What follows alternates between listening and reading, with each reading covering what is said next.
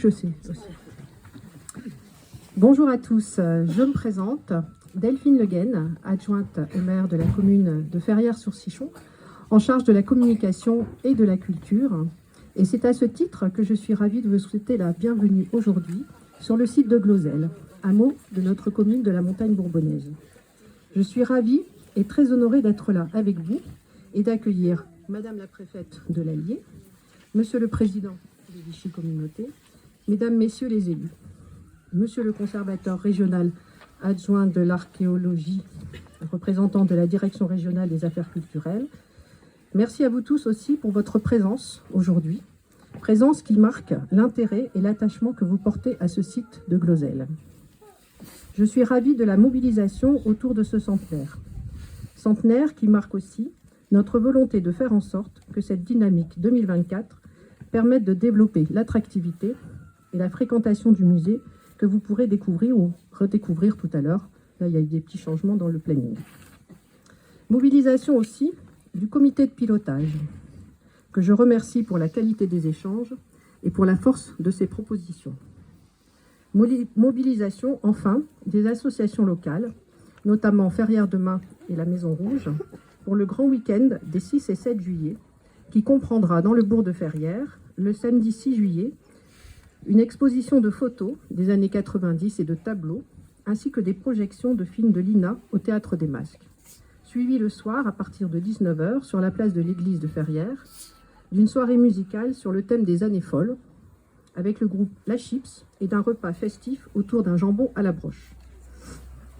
Je me permettrai une petite digression toute personnelle. Mon mari et moi-même sommes originaires du nord de la France. Et il y a 25 ans, quand nous avons annoncé à nos familles respectives que nous allions nous installer à Ferrières-sur-Sichon, en Auvergne, un de mes beaux-frères s'est exclamé « Mais je connais Ferrières-sur-Sichon, c'est là où se trouve le site de Glozelle. » Et il a sorti de sa bibliothèque le livre d'Émile Fradin, « Glozelle et ma vie ». Grâce à Glozelle, vous l'aurez compris, notre commune est connue dans l'Allier, dans l'Hexagone et bien au-delà. C'est en effet le 1er mars 1924 que le jeune Émile Fradin, 17 ans à l'époque, et son grand-père labourent leurs champs à l'aide d'une charrue tractée par des vaches. L'une d'elles se coince la patte dans un trou et sous les sabots du ruminant vont apparaître d'étranges objets. Des pointes de flèches, des aiguilles taillées dans l'os, des pierres taillées, des poteries, des ossements, des idoles phalliques ou bisexuées façonnées dans la glaise.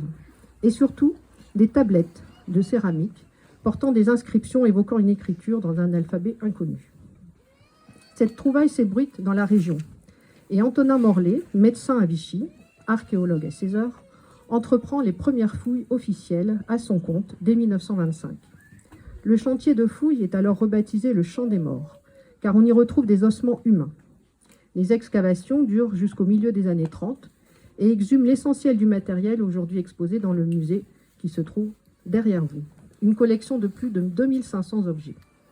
L'épouse du docteur Morlet disait à l'époque des fouilles avec son mari « C'était les meilleures heures de notre vie. Vous ne pouvez pas imaginer la sensation qu'on a quand on découvre quelque chose, c'est tout à fait merveilleux. » Vous l'aurez compris, cette découverte a bouleversé la vie non seulement d'Émile Fradin, mais de toute sa famille. À présent, je voudrais laisser la parole à Madame Guillon-Gravillon, première adjointe, qui va vous lire le mot que Monsieur le maire Jean-François Chauffriat a préparé.